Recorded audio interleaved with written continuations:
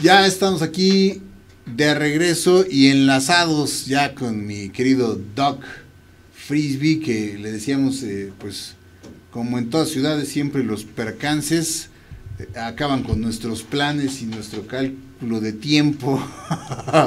¿Verdad, mi Doc? Lo bueno es que ya estás aquí, ya llegaste y tendremos consulta. Hay consulta. ¿Cómo estás, mi Doc? Muchas Muy gracias. bien, buenos días. Muy bien, buenos días. Sí, una disculpa en primer lugar, pero es que no tengo calculados los tiempos todavía. Les platicaba la semana pasada que los jueves estoy viniendo a una clínica que está junto al consulado mexicano para ver a las personas de México, y tengo que atravesar toda la ciudad, tengo que atravesar Denver, cosa que yo nunca hago y que no me gusta, pero hoy hubo un accidente y cerraron las calles y pues bueno, pues me quedé ahí parado unos 30, 40 minutos, es el tiempo que estoy atrasado, pero bueno, ya estoy por aquí y vamos a platicar. Como lo comentábamos ayer, Jorge, hoy vamos a platicar del trastorno de déficit de atención. Estaba leyendo una noticia, que no me acuerdo si ya lo tratamos, pero vamos a platicarlo, porque es un tema de actualidad, debido a que leí una noticia de una conferencia con la Universidad Nacional Autónoma de México, de un médico, ahorita no recuerdo su nombre, lo puedo consultar, pero no recuerdo su nombre. Es el director del Departamento de Admisión Continua del Hospital Psiquiátrico Rafael N. Navarro, es el Hospital Psiquiátrico Infantil para admisión de los pacientes pediátricos, y él estaba platicando respecto al trastorno de déficit de atención, y me llamó mucho la atención la información que él daba, y bueno, me puse a investigar y me di cuenta, y además, bueno, pues llamé a algunas personas en México, y efectivamente parece ser que, como ya lo hemos platicado aquí en algunas ocasiones anteriores, cuando se empieza a diagnosticar un problema de salud de manera más frecuente, sucede siempre el fenómeno de que se presenta un pico muy importante en estos diagnósticos, y entonces aparentemente los casos son mucho mayores o mucho más frecuentes, pero realmente lo que está sucediendo es que se está diagnosticando más, la gente está mucho más sensible a que ese problema existe, y algunos casos sí son reales. Por lo tanto, es muy importante que siempre se acuda a los especialistas para hacer el diagnóstico definitivo de que la enfermedad se esté presentando. Entonces, el trastorno de déficit de atención se ha estado diagnosticando mucho más en los niños últimamente, y esto hace que la gente lea y se informe, y como siempre se los he comentado, uno de los riesgos más importantes ahora con las redes sociales, Facebook, Twitter, el Instagram y todas las redes que existen, que bueno, yo no sigo todas, y las que sigo las sigo no mucho porque me quitan mucho tiempo. Eh, la velocidad en la que la información viaja es muy rápida, y entonces cuando una información falsa logra colarse al círculo o al ciclo de información, es muy grave, porque la gente, desafortunadamente vivimos en un mundo de gente floja que no le gusta leer y se queda nada más con lo que oyen. Antes era la televisión, ahora es los medios sociales. Entonces empiezan a hablar del trastorno de déficit de atención y empiezan a sobrediagnosticarlo incluso los papás, y algo que me parece mucho más grave, que empieza a ser un problema importante, es en las escuelas. Cuando un niño es un niño malcriado, maleducado, grosero, lo empiezan a clasificar como un niño que tiene un trastorno de déficit de atención o hiperactividad. Y estaba escuchando al doctor de la Universidad Nacional Autónoma de México, que en su experiencia en este hospital, que es un hospital de concentración porque es un hospital psiquiátrico en la Ciudad de México, que es una ciudad muy grande, que lo podemos considerar como un referente nacional, entre el 60 y el 65% de los niños que son referidos de las escuelas no tienen un trastorno de déficit de atención, están mal diagnosticados, que en principio los maestros no tendrían por qué estar diagnosticando, y mucho menos, por ejemplo, programas de radio. Yo oía a esta mujer, que la verdad es que la considero una mujer muy ignorante, a Fernanda Familiar, dando nombres de medicamentos para el tratamiento del trastorno de déficit de atención, lo cual me parece una irresponsabilidad, porque desafortunadamente México es un país en el cual la gente puede acceder a medicamentos sin una receta, y es muy peligroso porque incluso hay escuelas,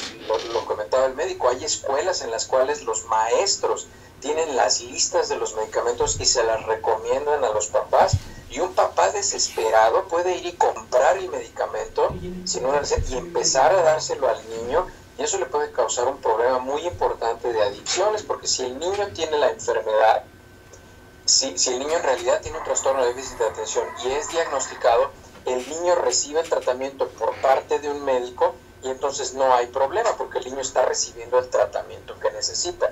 Pero si es un niño que simplemente es un niño malcriado o maleducado y se le da un medicamento psicotrópico como una anfetamina, que es lo que se utiliza para el trastorno de déficit de atención, se utilizan anfetaminas, y si a un niño se le da, lo único que se le va a causar, se le va a incrementar el riesgo de manera muy importante para tener una adicción.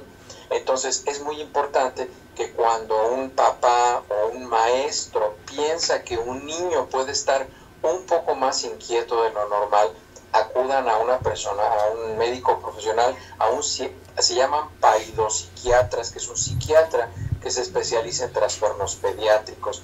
El diagnóstico de trastorno de déficit de atención es un trastorno por su seriedad con respecto al impacto en toda la vida de la persona, o por el impacto que tiene en los efectos secundarios que el medicamento va a tener, porque es uno de los tratamientos en los cuales aplicamos el principio que ya también hemos platicado aquí.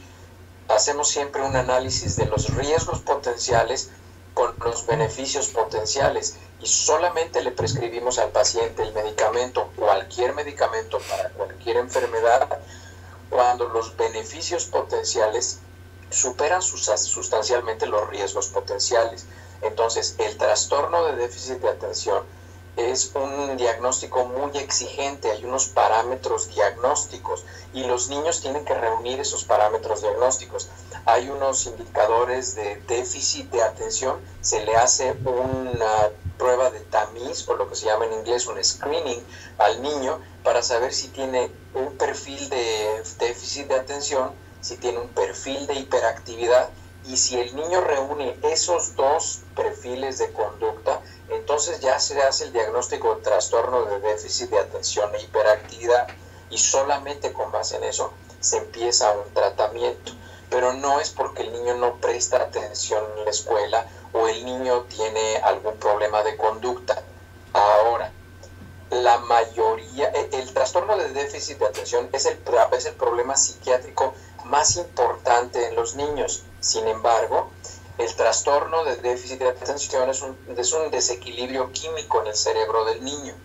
Hay trastornos que son igualmente muy frecuentes en edad pediátrica, que se presentan en niños, pero que son desencadenados por una educación deficiente. La educación deficiente a un niño es cuando no se le han enseñado límites y no se le ha enseñado que la disciplina es muy importante durante su infancia, y ahora se renuncia muchas veces a la educación hacia los niños, se les da una tableta, se les da un teléfono celular, y los niños ahí tienen acceso a mucha información que no deberían tener acceso. Entonces, la mayoría de los niños que son diagnosticados con trastorno de déficit de atención, pero que no tenían déficit de atención, en realidad tenían otro tipo de enfermedades. Y el otro tipo de enfermedades son enfermedades desafiantes, lo que se llama el trastorno desafiante de los niños. Son niños que están retando a la autoridad y que están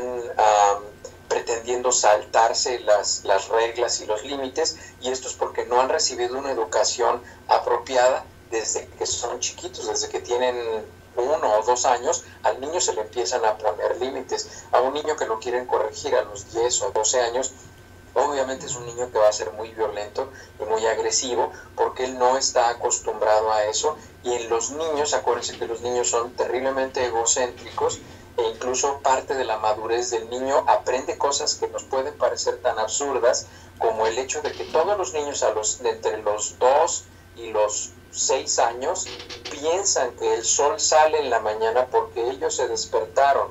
Esa es la manera en la que un niño piensa. O sea, el niño no tiene la idea de que pues, existe el día, existe la noche y se mete el sol. Y no, el niño cree que su mamá aparece en el cuarto porque él estaba pensando en ella, porque él tenía hambre. Por eso los niños lloran y gritan cuando tienen hambre, y entonces su cerebro se acostumbra a que cuando ellos los demandan, su mamá aparece. Cuando ellos lloran, les prenden la luz de la habitación y entonces se hace de día.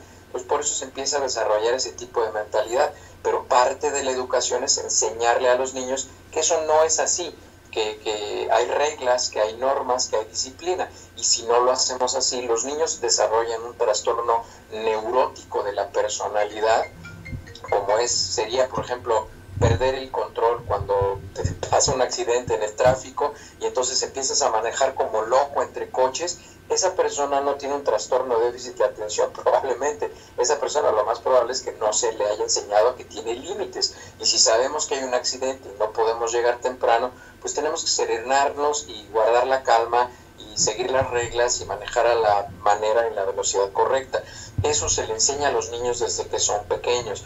Entonces es muy importante que los niños, en primer lugar, como siempre lo hemos platicado, los que tienen más contacto con los niños son los papás y los maestros. Está bien que los maestros y los papás sospechen que el niño tiene un trastorno de déficit de atención e hiperactividad, pero que no lo diagnostiquen, y mucho menos que se pongan a sugerir nombres de medicamentos, porque eso es muy peligroso, y más, como lo repito, en un país donde el acceso a medicamentos es muy sencillo, es muy fácil. Tú vas a la farmacia y te dan el medicamento, le dices al que está en el mostrador que perdiste la receta o que no tienes dinero para la consulta y te dan el medicamento. Aunque les digo, el medicamento es una anfetamina. Si yo le hago una prueba de drogas al paciente que está tomando medicamentos para el trastorno de déficit de atención, me va a dar positivo para anfetamina y metanfetamina.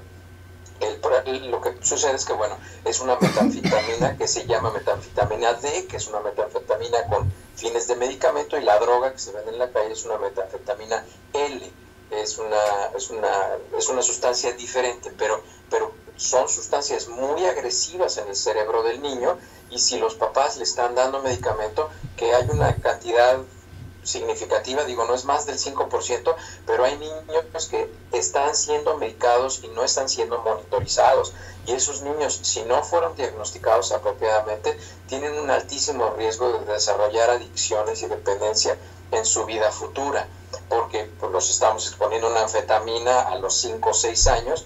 Nada más imagínense, acuérdense que ya platicamos cuando hablamos de adicciones, que si una persona menor de 21 años se expone a cualquier sustancia psicotrópica, es muy probable que su cerebro vaya a desarrollar vías de dependencia para ese tipo de sustancia, y si no le damos la sustancia va a generar un problema de ansiedad, incluso se va a volver potencialmente suicida. Entonces es muy delicado, es un tema muy importante que hay que tomarlo con mucha seriedad. Y lo que también es muy importante es que se hagan campañas de psicoeducación, o sea, educación psicológica, pero por parte de gente preparada y educada. Y no sé, podemos venir a programas como este, ir a programas de radio, pero es muy importante que la gente que sea invitada a esos programas sea gente profesional, y que la gente que no sabe se abstenga de opinar pues esas cuestiones que pueden ser de muy alto riesgo, porque hay gente que está en la radio, en la televisión, que tiene mucha audiencia, hay mucha gente que lo sigue, y hay mucha gente que incluso toma lo que dicen como una norma. Entonces es muy importante que desarrollen un sentido de la responsabilidad para no hacerlo, y que se hagan campañas de psicoeducación para que se sepa que hay instrumentos diagnósticos, interrogatorios que se puedan hacer, y se le hace a los papás, se le hace a los hijos. Tal pareciera que no queremos hacer el diagnóstico de trastorno de déficit de atención, pero no es eso. Lo que sucede es que es un diagnóstico muy delicado y el tratamiento es muy agresivo, y por eso es que debemos ser muy cuidadosos con estos niños, y la recomendación general es eduquen a sus hijos. Así es, doctor, no es un diagnóstico fácil, ¿no? No es un diagnóstico que pueda hacer cualquiera, un padre de familia, un maestro. Es decir, puede que una persona con cierta experiencia o cierta preparación pueda tener indicios de que pueda tratarse de este padecimiento, lo cual no quiere decir que así sea. Si algún maestro, digamos, que tiene experiencia en ello, puede recomendar que lleven al niño al especialista porque él tiene sospecha, ¿no?, de que puede padecer el trastorno, cosa muy diferente a diagnosticar, ¿no? Por decir, puede decir el padre de familia o alguien, oye, pues mi chamaco, experiencia de padre a padre, ¿no? Tenía trastorno con estas características, puede que el tuyo tenga lo mismo, llévalo con tal especialista, ¿no? Ahí sí, ¿no? Ahí sí podemos auxiliar a veces a los padres que batallan, ¿no? Con los que antes en el pasado le llamaban niños problema, ¿no?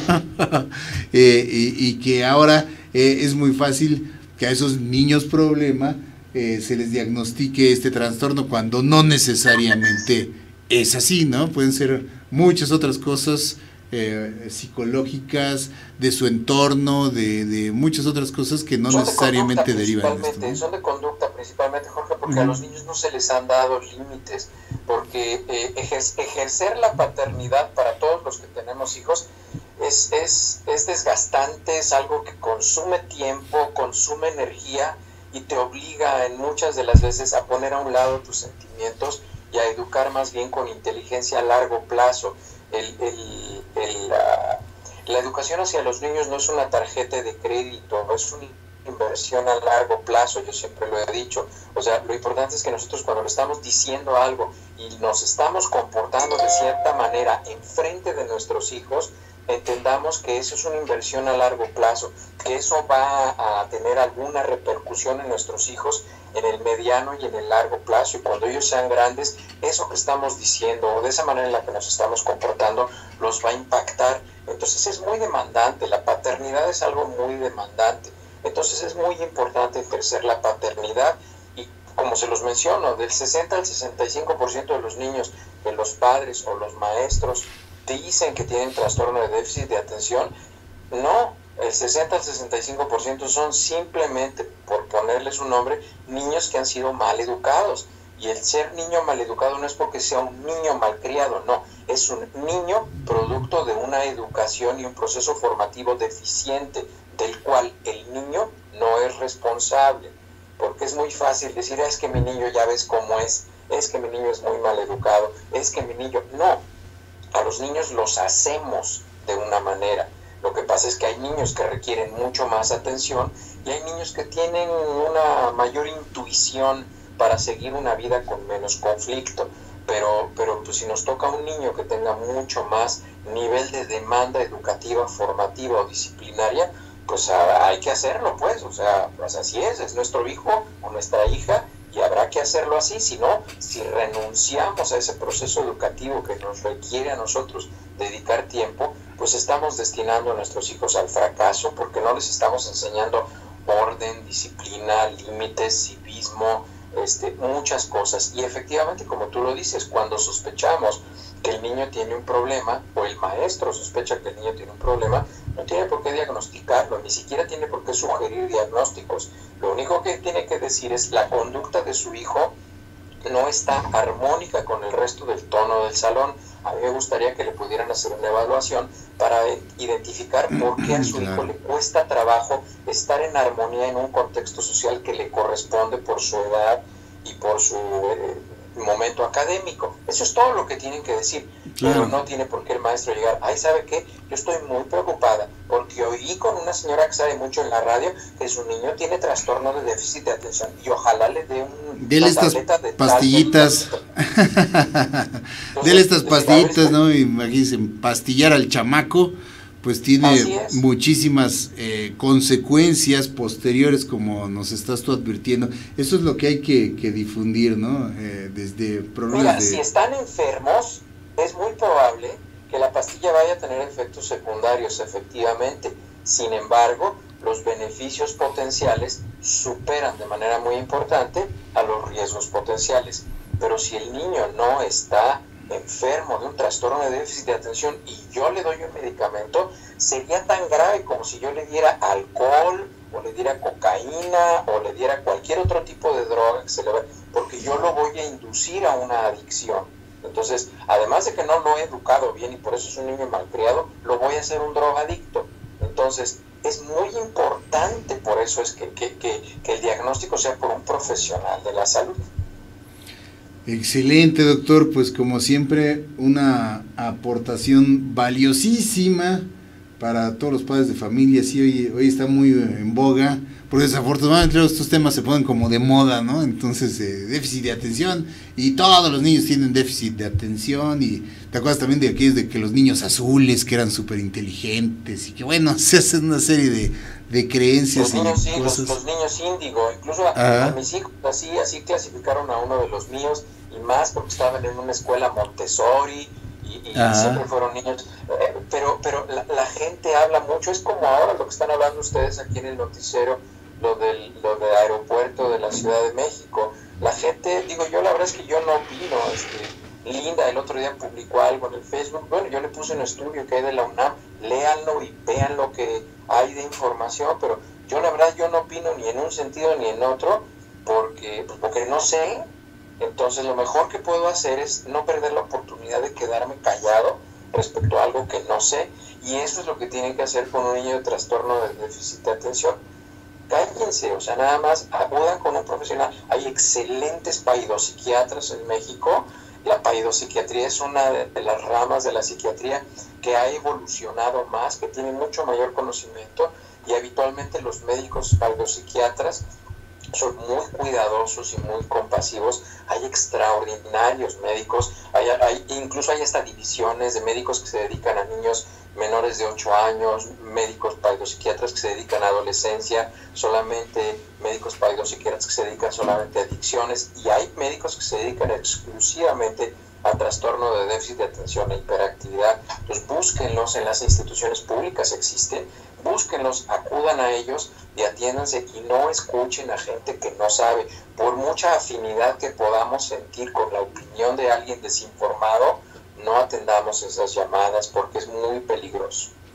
Claro, lo mejor, como siempre, pues es en este caso acudir a quien sabe, ¿no? Tanto en el caso de los niños, acudir al especialista, como en el caso de los del aeropuerto, acudir a los ingenieros y a los que saben del asunto. Acudir a los ingenieros, incluso acudí, por ejemplo, al biólogo Ricardo Medina. Yo no sé si él ya habló, pero leí el documento que sacaron ayer el Colegio de Ingenieros, ya lo revisé, es un documento que no es tan largo, es breve, ya lo revisé, y la preocupación mayor es las aves, porque las aves, como ustedes saben, se impactan en las turbinas de los aviones y son causa de accidente. Incluso no sé si del caso de la película de Sully, del avión que tuvo que aterrizar en el Potomac, y fue por eso, porque unas aves se estrellaron en los motores del avión. Entonces, ese es el principal problema que va a tener el lago de Texcoco, eso es lo que ellos dicen. Y del proyecto de Santa Lucía, pues dicen que es nada más un sueño por el momento, porque no hay un proyecto formal, entonces ni siquiera analizaron porque no hay nada que analizar. Entonces es muy importante que vayamos y leamos lo que queremos, porque aun cuando tengamos afinidades, es que no son afinidades personales por una persona u otra, no es que tengamos afinidades con un diagnóstico que nos hizo la maestra, o que nos cae bien la maestra, o que no queremos que nos vayan a correr al niño de la escuela. No, hay que irnos más allá, es la vida de nuestro hijo, y en el caso del aeropuerto, pues es un proyecto que va a durar 80 años, porque el aeropuerto no es para los próximos 5 años, o sea, es un proyecto de 80 años, entonces es muy importante tomar ese tipo de decisiones bien informados, pero las fuentes de información tienen que ser fuentes de información confiables. No podemos confiar en una persona que diagnostica un problema de salud que no sea un profesional de la salud. Así es, querido doctor, pues gracias como siempre por esta aportación que nos haces, te digo, muy muy valiosa, de verdad, ante todas estas creencias que siempre hay sobre este tipo de asuntos, que no son asuntos menores, son asuntos realmente relevantes. Gracias, querido doctor, qué bueno que ya llegaste, qué bueno que pudiste librar todo este asunto, que aquí es cosa de todos los días. Gracias, mi doc, nos escuchamos la próxima semana. Ya saben ustedes los temas que desean que trate el doctor Frisby, que nos explique aquí en la consulta de los jueves. Ya está ahí agendada en el carnet para el próximo jueves. Desde luego en sus redes sociales, HL Frisby en Twitter y Héctor L. Frisby también en Facebook, ¿verdad, mi doc? Correcto. Aquí me quedo un ratito en el YouTube, en el chat, para platicar con ustedes, y los veo el próximo jueves.